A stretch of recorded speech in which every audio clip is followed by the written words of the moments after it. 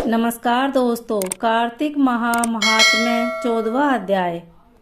कार्तिक मास का आज लिखू 14वां अध्याय। श्री हरि कृपा करे, श्रद्धा प्रेम बढ़ाए। तब उसको इस प्रकार धर्म पूर्वक राज्य करते हुए देख देवता क्षुब्ध हो गए।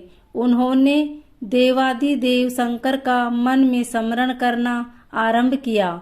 तब भक्तों की कामना पूर्ण करने वाले शंकर ने नारद जी को बुलाकर देव कार्य की इच्छा से उनको वहां भेजा।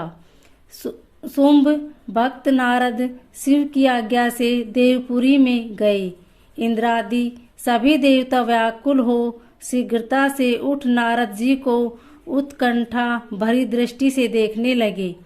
अपने सब दुखों को कहकर उन्हें नष्ट करने की प्रार्थना की। तब नारद जी ने कहा, मैं सब कुछ जानता हूँ, इसलिए अब मैं दैत्यराज जलंधर के पास जा रहा हूँ। ऐसा कहकर नारद जी देवताओं को आश्रित कर जलंधर की सभा में आए। जलंधर ने नारद जी के चरणों की पूजा कर हंसते हुए कहा, हे ब्रह्मन, कहिए आप कहाँ से आ रहे हैं? यहाँ कैसे आए हैं? मेरे योग्य जो सेवा हो उसकी आज्ञा दीजिए। नारद जी प्रसन्न होकर बोले, हे महाबुद्धिमान जलंधर, तुम धन्य हो। मैं स्वेच्छा से कैलाश पर्वत पर गया था, जहाँ 10,000 योजनाओं में कल्प वृक्ष का वन है। वहाँ मैंने सैकड़ों कामधेनुओं को विचरते हुए देखा तथा यह भी देखा कि वह चिंतामणि से प्रकाशित परम दिव्य अद्भुत और सब कुछ सर्वण्य में है।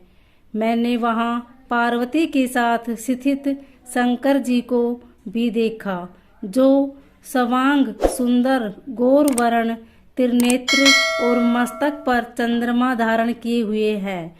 उन्हें देखकर मुझे बड़ा आश्चर्य हुआ कि इनके समान समृद्धिशाली त्रिलोकी में कोई है या नहीं।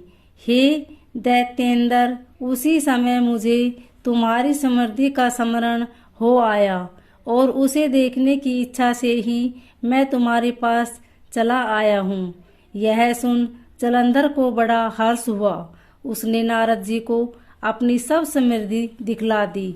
उसे देख नारद ने जलंधर की बड़ी प्रशंसा की और कहा कि निश्चय ही तुम त्रिलोकपति होने के योग्य थे।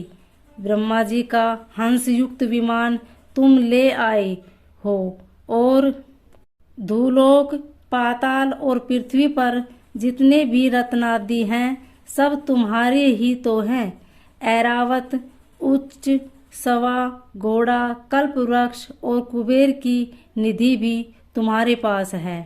मणियों और रत्नों के ढेर भी तुम्हारे पास लगे हुए हैं।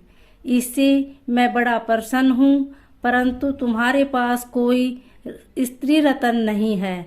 उसके बिना तुम्हारा यह सब फीका है। तुम किसी स्त्री रत्न को ग्रहण करो। नारद जी के ऐसे वचन सुनकर दैत्यराज काम ने व्याकुल हो गए। उसने नारद जी को प्रणाम कर पूछा कि ऐसी स्त्री कहाँ मिलेगी जो सब रत्नों में श्रेष्ठ हो। नारद जी ने कहा, ऐसा रत्न जो कैलाश पर्वत में योगी शंकर के ही पास है। उनकी समांग सुंदरी पत्नी देवी पार्वती बहुत ही मनोहर है। उनके समान सुंदरी मैं किसी को नहीं देखता। उनके समान सुंदरी मैं किसी को नहीं देखता। उनके उस रत्न की उपमा तीनों लोकों में कहीं नहीं है।